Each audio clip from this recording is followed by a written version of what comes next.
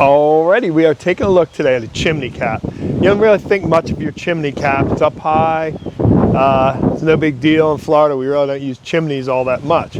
But it is a component of the house that needs to be checked and maintained. It has, this is the cap. This here part, this top, is called a wind band. It's made to deflect the wind away. And this pan is what sits over your actual chimney.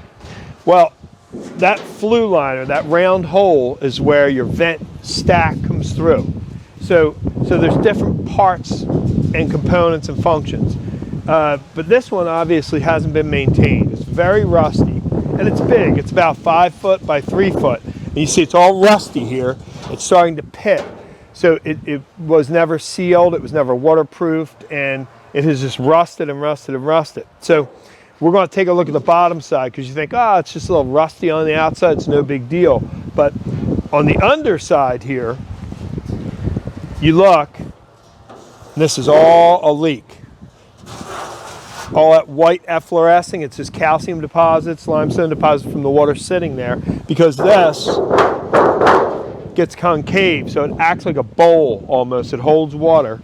And then you can see here at the bottom, and there at the bottom, and here, where the fasteners were that hold it to the chimney, they've been leaking. You know, regular maintenance on this thing would be some caulk and zinc spray to stop the rusting portion of it. But here, this joint, it's a cuff, really needed to be sealed probably 10 years ago.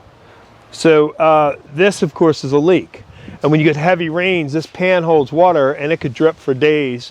So if you have a drip in your house, it could be that you're hearing after it rains for a couple days by your fireplace.